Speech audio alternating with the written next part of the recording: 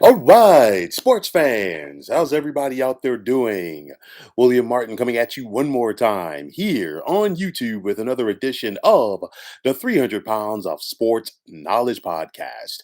Now, in 2018, when Scott Frost took over as the head football coach at Nebraska, he was met in Lincoln with a hero's welcome. Of course, in 1997, Frost was the starting quarterback for Nebraska as he led them to a national championship with a 13-0 record.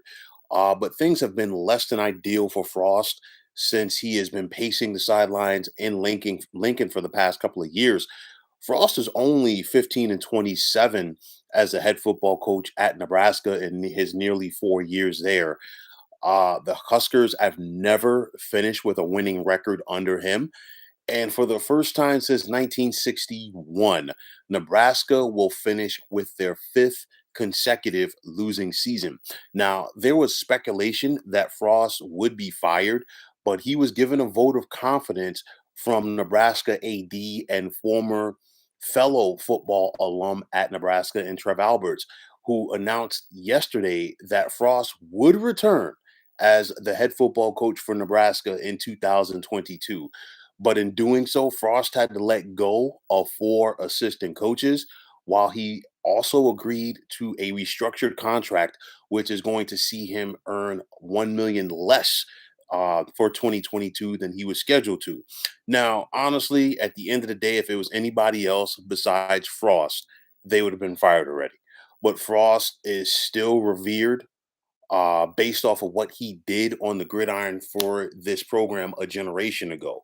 Now, one thing you could say about Nebraska, they have been competitive this year, as five of their seven losses have been by 7 points or less. They've been close, but they've just been unable to get over that hump. Now, I know that Trev Alberts is the AD, and I know that Trev Alberts had a successful football career playing wise at Nebraska, but this was not a Trev Alberts decision.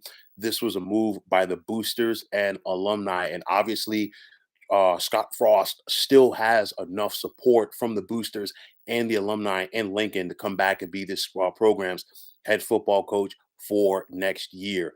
Now, Nebraska has plenty of talent returning for 2022, and they should also benefit from an easier schedule in 2022 as they don't have to face Michigan State, Ohio State, or Penn State from the rugged Big Ten East. And you think about it, Nebraska's had to deal with some of the heavyweights from that side of the conference so far this year, and it's been tough sledding for them. You look at it at the end of the day, Nebraska needs to be more of a force in the Big Ten West next year and going forward. I mean, you look at it, Minnesota, Iowa, and Wisconsin are the class of the Big Ten West, and you can't forget about Northwestern, who has had their fair share of uprisings in the last couple of years, and they've gotten to the Big Ten championship game a couple of times. Zero conference titles since Nebraska joined the Big Ten, and that's hard to fathom because once upon a time, Nebraska dominated the Big Eight conference, and then they dominated the Big 12 conference for their first half of their stay in that conference before defecting to go to the Big Ten. It's been a hard and long climb uphill for Nebraska, and it's hard to believe because this is one of the more storied programs in college football history. Now, the legend of Tom Osborne still hangs over this program. You think about what Tom Osborne did for so many years at Nebraska, so much success, and every coach that has come after him has had to deal with the comparisons. First, it was Frank Solich, who had a solid career at Nebraska before he, was shown the door.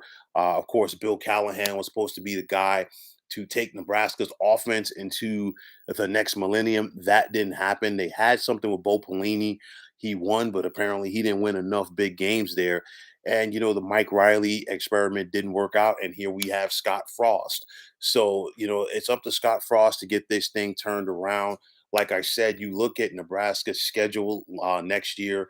I mean, granted, I know looking ahead, but still, I mean, more winnable games. than they do for next year than they did this year. But the bottom line is it's put up or shut up time. So it's going to be interesting to see whether or not Frost is going to be able to do enough to be at his alma mater long term. I'll tell you like this: Nebraska needs to win at least 8 games next year. They need to be a force in the Big Ten West if Frost is going to have his opportunity to get his footing set in Lincoln. You're not going to get the 5-star recruits coming from around the country to come to Nebraska. It's all about your system. Obviously, Nebraska can get the top football talent within the state. That is not going to be a problem. But nonetheless, it's got to be the system of Scott Frost, and it's got to entice people, and they've got to go out there. They've shown that they compete, that they can compete. It's just about execution. But nonetheless, I think what is going to happen, I think Scott Frost is going to be a little bit hungry, more hungry next year. Not to say that he's not hungry now, but the thing is, the fact that he had to take a pay cut, the fact that he had to show some of his assistant coaches the door, that is a huge wake up call for him. And I guarantee you, Scott Frost, you can already see that he works hard, but I think he's going to work harder and work smarter in order to get this thing turned around. And I do believe Nebraska will have more success on the gridiron next year as opposed to this year. The 2022 college football season has already begun for Nebraska. Believe it or not, they're 3-7. Obviously, you're using these final 2 games to evaluate what you have. You want to see what guys are still going to compete, and honestly, this team is still competing. I mean, they went out there and they gave Ohio State everything that they had. They just fell short, obviously, this past Saturday. But nonetheless, who's going to compete? Who's hungry? Who's going to do the right things to help you take the next step as a program? So that's going to be very interesting to see. But Scott Frost, he got a reprieve. Now let's see if he's going to be able to take advantage of this and get things turned around finally for Big Red. So, folks, that is going to wrap it up. And as always, I want to take this time out to thank you for tuning into the 300 Pounds of Sports Knowledge podcast here on YouTube. I want to take the time out to thank all of you fine folks out there for tuning in.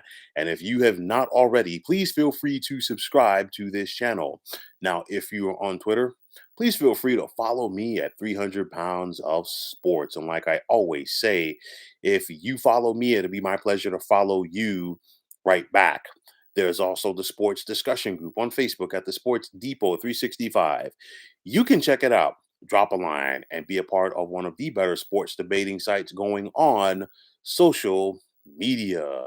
So, once again, fine folks, my name is William Martin, signing off, saying take care and have yourselves a wonderful day.